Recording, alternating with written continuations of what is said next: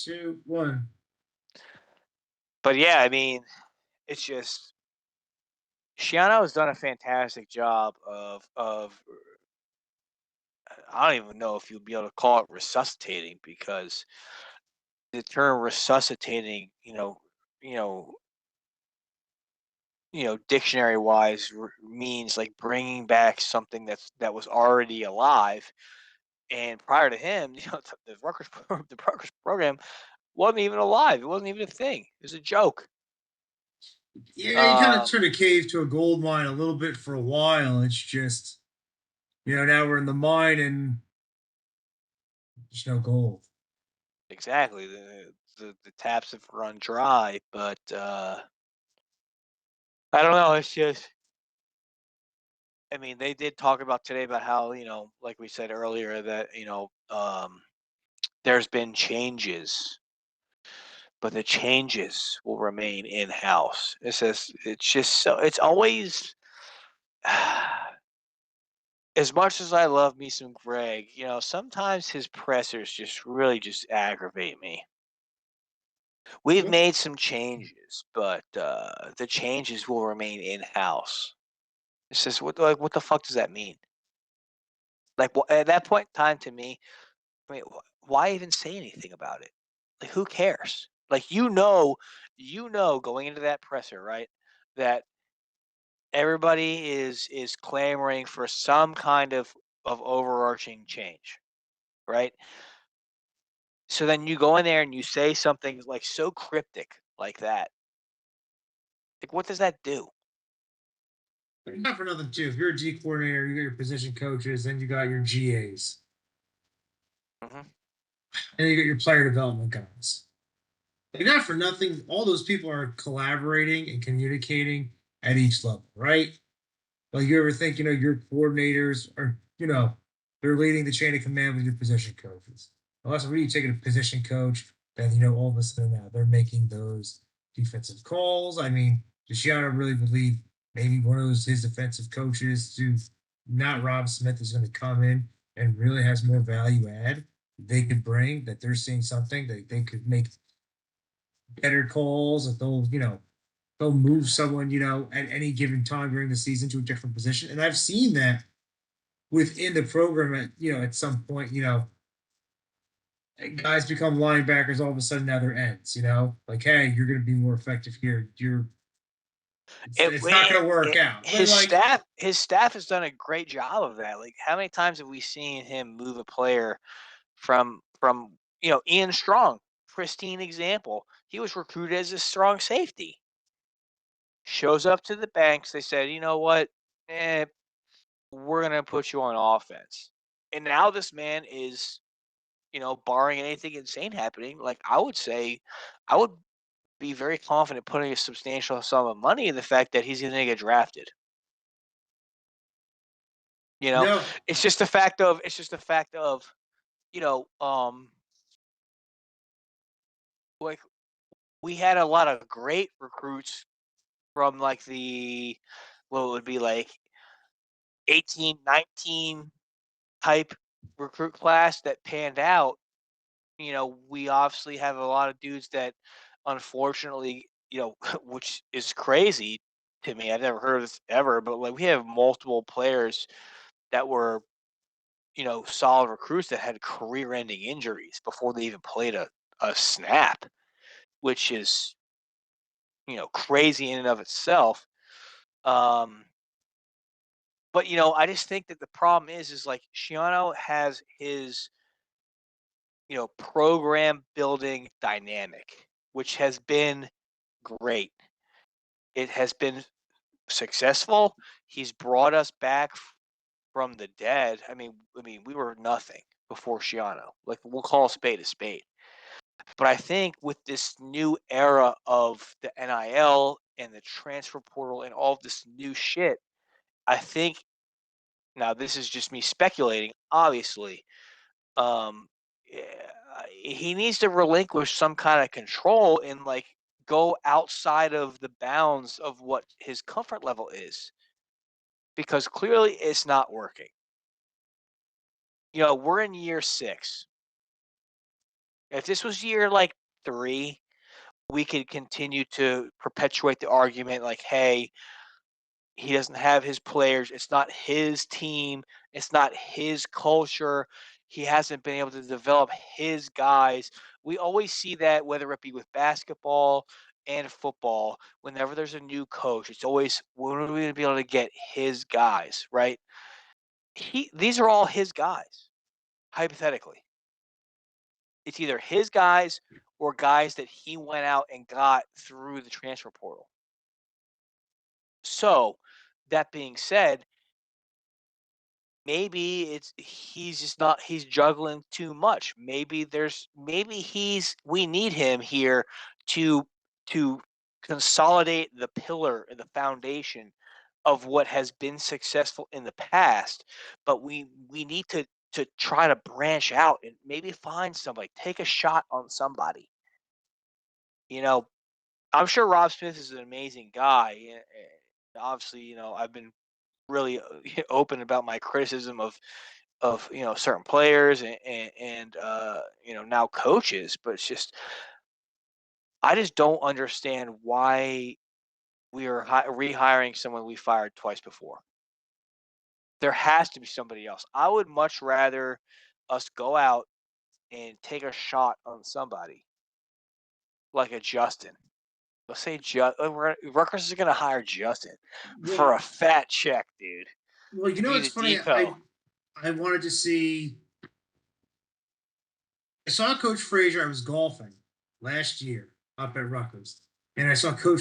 Well, I don't know what it says. Taking a You should golf. have put in. You should have put in your fucking application, dude. Come So on, man. You could I be saw out there, Coach dude. You Frazier. have the fit. You have the long hair, the locks, the beard. You could put your hood up. You would wear sunglasses like Mike McDaniel. You'd be out there on the sideline like this, just calling plays. I'd be watching the game, just getting gassed up for you. Could we ever see a former Rutgers player come back into the coaching scheme though that's been successful? Could you ever see someone like Well, is Taekwon still on the staff? I'm not exactly sure. I think Charlie Noonan was the big one I thought would from a Scott defensive Valone. standpoint. Scott Scott Valone is on the Malone was staff. another one. Scott Do you think Valone you is could on ever the see staff. like well, Kevin Malice is more of in the business side of thought. Could you ever see a Kevin Malice? Could you ever see Ryan D'Imperio kind of Give me coming back? Kashim Green, dude. Kashim Green, defensive coordinator, I would love to see him. I see him come or back. Christian Braswell. Steve He Baharnis. maybe gets out the league. He comes back. Well, He comes actually, back. and some of the other key guys that could really be like a players coach that's been there. Um, I don't. Not. But to answer your question, no, I don't think that we have. It's just if Shiana wants his people, if Shiana wants to keep his people close, maybe that's the next move. Honestly, Yeah, well, Jason um, McCourty, I would love to kind of see. He brought actually yeah. Damaso Muniz was brought back, and the thing is, listen, I love watching Damaso Muniz play. He's one of the fastest linebackers I've seen. He's a Canadian football legend. I don't know how vocal he is, but I think it's personally from like a strategy standpoint, right? He's got years of playing. He was Or a Logan Ryan. well, Like, Logan bring Ryan's a back Jersey guy. His exactly. father was in the state police for a long time, working in Camden. What are you barking at? He Chill. would be a great person to come back and have that this sort of pipeline kind of feel. You know who was with the team too? What would be a crazy link? Dude, what about like a Malcolm Jenkins? New Yeah, Brunswick kid. Didn't obviously play at Rutgers, but like Ohio State fucking Hall of Fame or whatever they call their little special Hall of Fame thing. Played I think he played a decade in the league. Malcolm Jenkins. He's from New Brunswick. Piscataway, right? I thought it was Oh yeah, Piscataway. My bad. Yeah. But well, like, Anthony Davis too. I think Anthony Davis would be huge to do it. I think Anthony Davis is the guy that could definitely, he's had some playing. He's got the experience. No, But at I'm least on saying the just offensive in side. general as a defensive coordinator. I mean, we already have what we have. Pat Flaherty is our line coach, correct? Um, but And like, we I have Miles mean, Nash too. He was with the team, still doing player development stuff for a while. I mean, he's kind of young. He's only been out of playing there a few years. yeah. But I'm talking about from like a decorated player. Like I would love to see like a Kevin Brock or a George Johnson come back. Mhm. Or A Khalil Gilad, even like guys that could yeah. kind of help out a little bit that have played, got some time in the league. I mean, that's just the thing, man. It's just I know I keep repeating myself, but it's just it doesn't take a lot for me to stay. I mean, obviously, I'm still going to be bought into this program no matter what, thick or thin. But it's not. It doesn't take a lot to just keep the spark, and I feel like we're losing the spark. You know what I mean? For what that's worth, because you and I, you grew up in near Rutgers. Like I had like my own little Rutgers. The Louisville game is what sparked my whole Rutgers thing. We already talked about that in episode 1. Um, it's just the fact that I just what's the next spark? Like, what are we doing to keep the ball moving forward? Right? Because Northwestern is terrible. Northwestern is terrible. Purdue has been terrible for years. Northwest got a new facility too for training.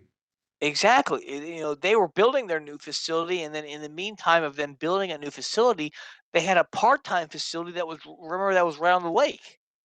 Yeah, They had a temporary stadium that was literally right next to the lake, and quite honestly, that looked pretty sick. It's like, damn, that's pretty cool. Like you're playing right on the lake. But I mean, I just I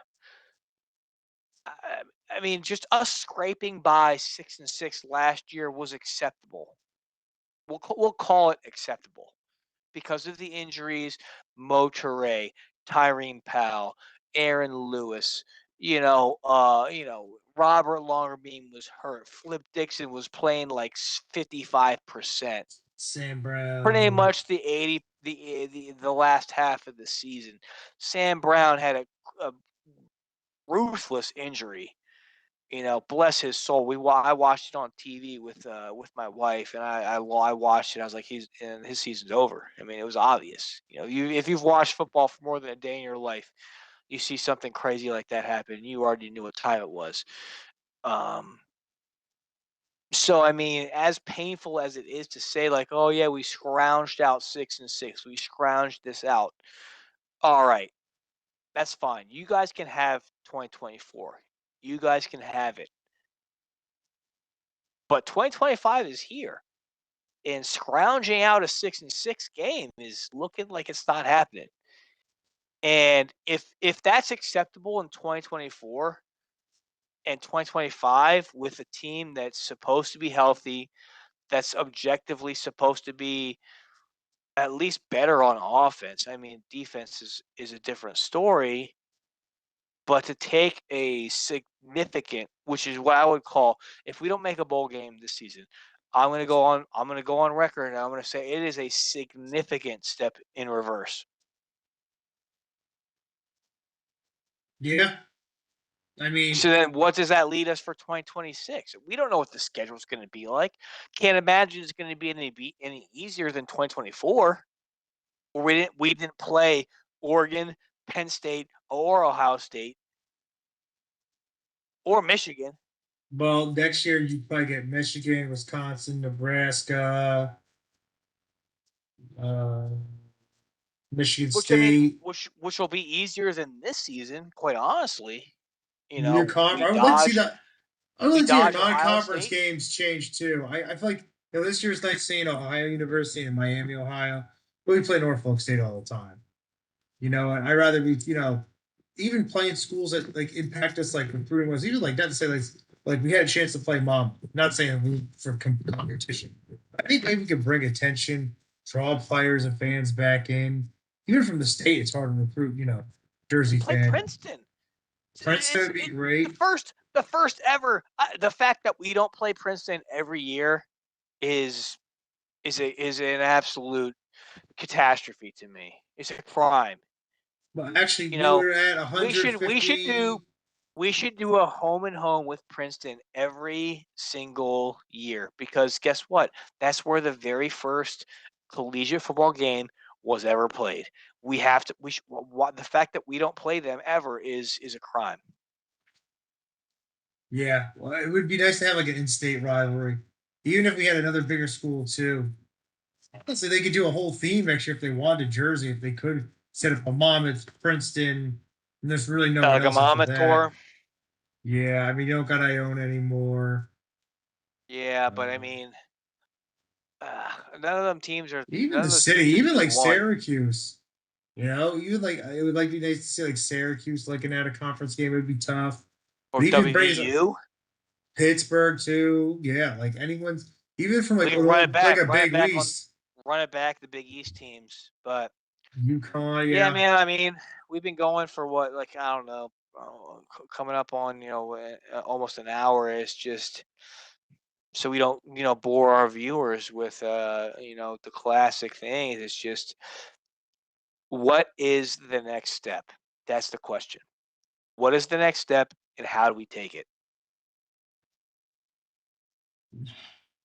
I don't know. I don't got those answers tonight. The only thing the next step I actually was thinking outside of next steps, player wise, you came to mind this week because with the score, how often we ran the ball, and I did see Deshaun just get as many carries as Raymond this week. Finally, got himself a tee.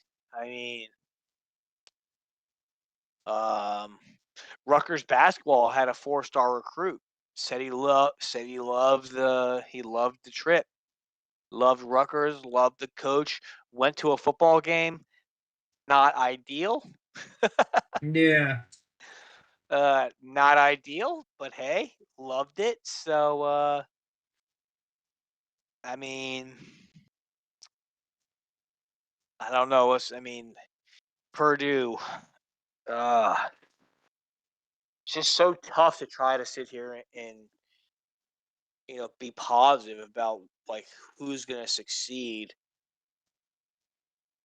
I'm gonna go. I'm gonna go. KJ Duff is gonna be one of my riders. KJ Duff, because excuse me. Um, I think Ian. I don't think Ian Strong is gonna play. That's obviously me speculating, but I just for whatever reason I just don't think he's gonna play. So I'm gonna go KJ Duff.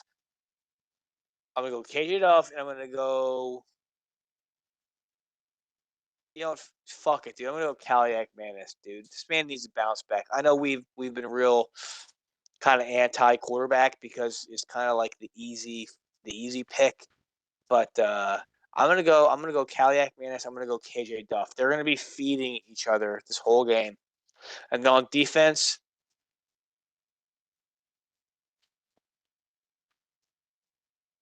I'm gonna go Jabomi, and I'm gonna go Jordan Thompson. I refuse to pick anybody in the secondary because we've already seen how that plays out, so I just refuse to do it. uh, I think my Jabome, in a hot take too, Jabome has seven plus tackles.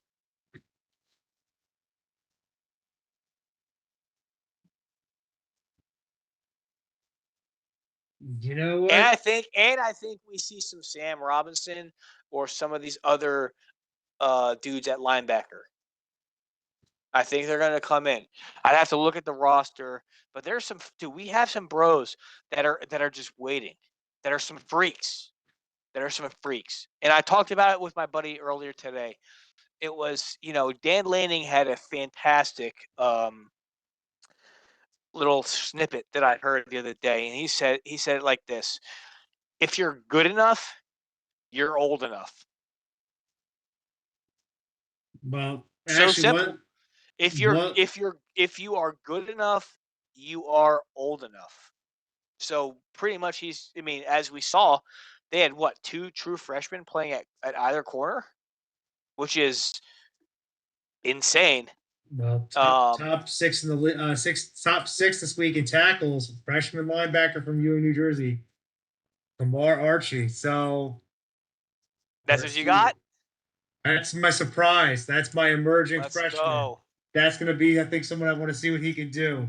So that's what I'm talking about, dude. That's what I like to see. That's what I like to see. I mean, listen, Kamar Archie. this guy looks like this guy's 6'1", 234, played at the Hun School. He got a debut That's what Norfolk I'm State. saying, man. This That's guy what looks I'm like the saying. Terminator. Oh, bro, that's what I'm saying, dude. Like, I do not hate Jabome or Abram Wright. But like, dude, we have so many guys that are physically, at least physically prepared to play in the Big Ten, And prior, this is especially at the my, linebacker. and you know what? I think he's our. I'm getting on this wagon now. Played linebacker and running back in high school. He was a 4-star signee. Number 12 overall prospect in New Jersey. Number 13 inside linebacker prospect in the country by Rivals. He was a number 8 in the state by ON3, 4-star Ugh, recruit, and the 12th rated player from Garden State by ESPN. So he got his, he got 3 tackles last week. This is brother, my yo, brother, this is who I'm that's building. Kamar that's the Archie kind of heat. is the next best thing. Yes, that is the dude. linebacker that's going to Yes, bring us back. yes. Man, this That's guy what I looks love like he to was hear. built in a lab. This guy looks like cock I diesel out love of to hear it, dude. the. That's what I'm talking about. Let's go, Oh, dude. deep. That's awesome. That's The my. deep That's my. the deep dive, you pulled up his stats, you pulled up his credentials. This man is destined to put in the business this weekend. Oh, Offensively, I was hoping Duff would emerge, but I'm. You know what? Everyone's so big on Sheffield senior year. You know what? If it's always hard to go against DT2, but you know what? Offensive rider, you know what? Maybe they say, we're going to go Jashawn. I think Antoine Raymond's been great. Monster. I want to see what Jashawn Benjamin can do. dude. Bro, you're out there diving deep into the crates for these ones. Listen, I haven't given up on the Kamar development. Archie, and then you're gonna go Jashawn Benjamin. Well, the other guy, you know what? At this stage of the season, anybody think the only other person I really saw that had had some input to was the D lineman senior, and I think you mentioned, Jordan Walker. You know what? 4 tackles, showed up, senior. You know what? I would like to see him make impact. Yeah, that's my person I'm building off the rest of the season. I don't care, I want to see him play week after week after week. It's Kamar Archie. That is my You know what? development player of the year. I want to see Kamar Archie. I want to go into next year saying Kamar Archie. I'm not saying he's going to be my Tyshawn Fogg next year, but I want Ooh, Tyshawn Fall, dude. Let's I want him to. go. I want to be like what Kamar Archie. I want to say that's a guy we're going to build upon. I want him to be playing this year. I want him to be bringing recruits in. I want to say this was a top guy. It was a tough part Yo, for and then all defensive that YouTube, transition. all the YouTube guys, they can go ahead and clip this. Be like, yo, JT said it first on right on the Raritan. He said Kamar Archie is going to be a stud, and here we are, 18 months in advance. Kamar Archie's out here, you know, rookie Big Ten Impact Player of the Year. You know what? Listen, he might. I'm telling you, maybe previews for next year. Kamar Archie. I think that could be our next building block, our next backer to do it. We need somebody. We need somebody that can just galvanize the defense. Like maybe we don't have the players that everyone says that we need. I feel like the defense is lacking that person, not the player, but the personality. So maybe Kamar Archie, he's out here. He's got the accolades. He's got the athletics. He'll have the personality too to galvanize this defense in 2026, man. And you know what? I, I'll add one more thing before we get out of here.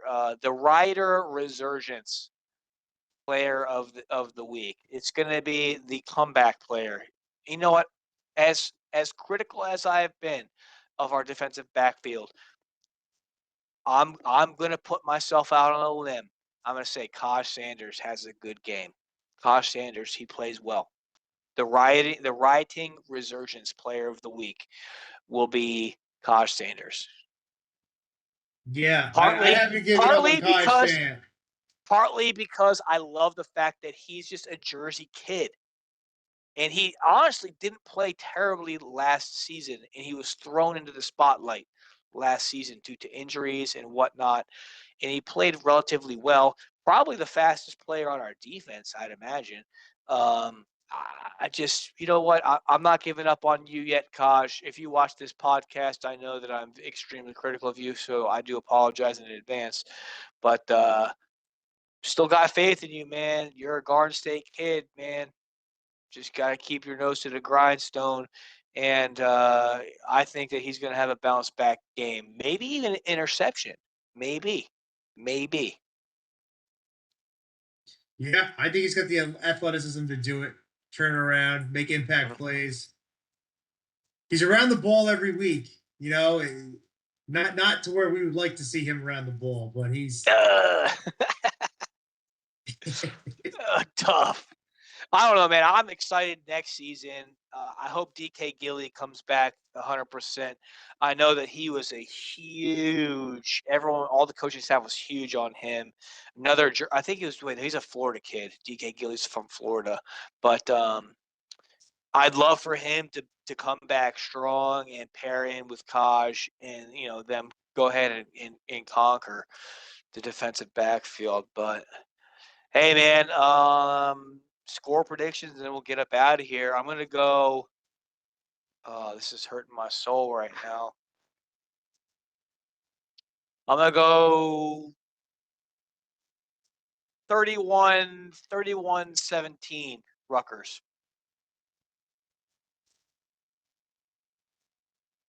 I was gonna 31-17. Kaj Patel needs a comeback game, dude. Bad. We need him back. Yeah, he's just been off this year. It's tough. and I'm gonna go 33-21 Rutgers. Okay. Okay.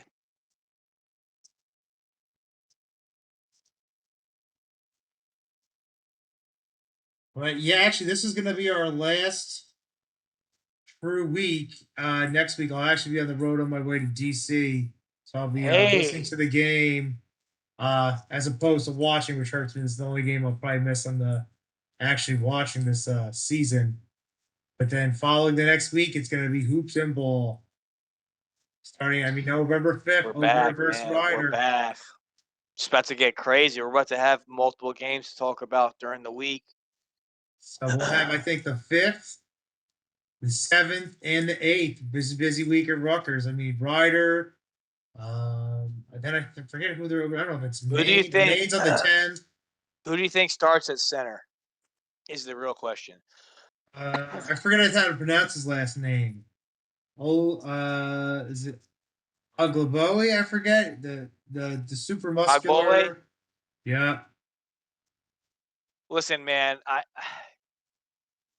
If he could just, if his development this offseason is what I really would love it to be, he'll be an elite player. I mean, last season it was kind of disappointing. He lost all that weight. Um, came into camp. They're saying something crazy. He was like single digit body fat. yeah, he's ripped. And Man, I, that and I size. was thinking to Woo. myself, dude, at center, single digit body fat. This is the exact type of player that Pikeal wants. This is the type of player that fits his scheme. Big middle presence, a la like a Cliff. Even though hot take, I will say that I think Cliff's tenure at Rutgers was what we would consider a bust. I don't think that he was as great as what he was kind of auctioned off to be. But nonetheless, man, and if he can have had a good developing off season, dude, Emmanuel Ogbole, dude, I just want you to come punish these Big Ten teams in hoops, brother, because we are clearly not getting it done on the football field. We need something here. We need something to bring us back.